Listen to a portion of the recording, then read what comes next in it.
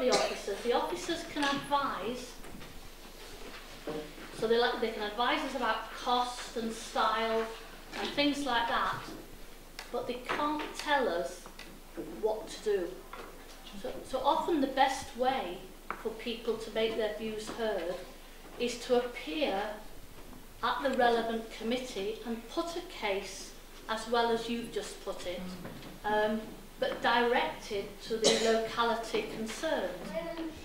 If we didn't have enough money to make bollards and stuff, what we could do in the school, we could do something to raise money, like have a cake sale or something, like we have done in the past, to help raise money for this issue. Thanks. I was to say short bend around the school, and it goes round all the way all around Tesco's and back. It's like a circle. You could have one lane for cars who've come. Yeah, one way for traffic, because anybody can come.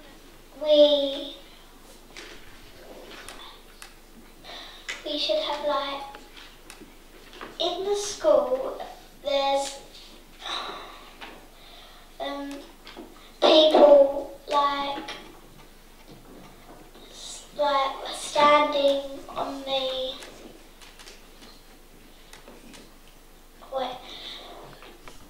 outside the school. There's a van. It's parked on the grass, and it's whenever people go past it, there's ever Dangerous. So if something's if it's reversing and the person don't know, and the person was looking a different way, they might get wrong. Yeah. But it would need permission. Okay. So if I get permission very quickly, will it have to wait till the next financial year?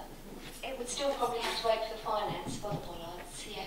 Because the funds are committed at the beginning of the previous year, funds already committed for this year. We've got houses and stuff, and we should put a private parking space for 2 cars or something, in case they have 2 cars, so that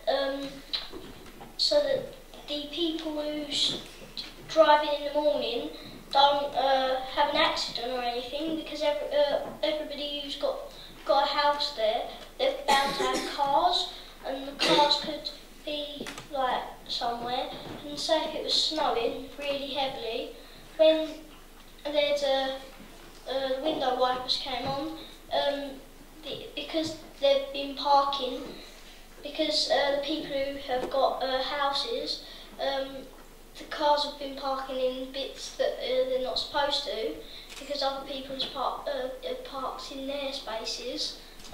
It might. Because just to add to what George said that we should have private parking.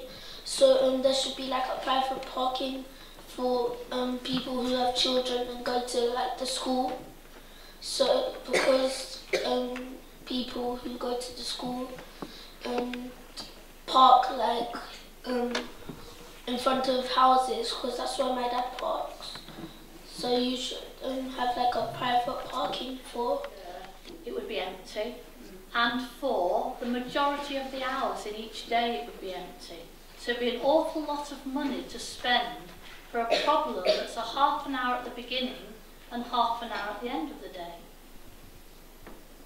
Restrictions, the zigzags, the yellow lines, etc. are not working because people are not taking any notice of them. So my question is, whose responsibility is it to come up with a solution? We can suggest things, parents can suggest things, we can suggest through the school travel plan, but ultimately, if that's not working, who decides what does? Michael.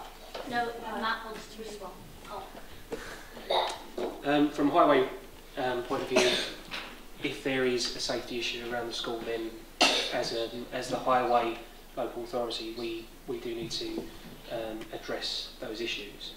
The zigzags, the double yellow lines, all of those sort of things, they might not be working because they're not being enforced. You haven't got your traffic wardens out there telling people that they shouldn't be parked there and moving them on, or giving them a ticket so that they get a fine. I think the yellow lines and the zigzags serve a purpose. They're there to identify to people that they shouldn't be parking in those areas. Education for some of the parents who do drive and park in those areas needs to be improved, but also the enforcement, so having traffic wardens and officers at the schools to actually enforce those yellow lines and zigzags, I think is a major thing that needs to be improved. We can put in physical measures like a lot of you have already suggested.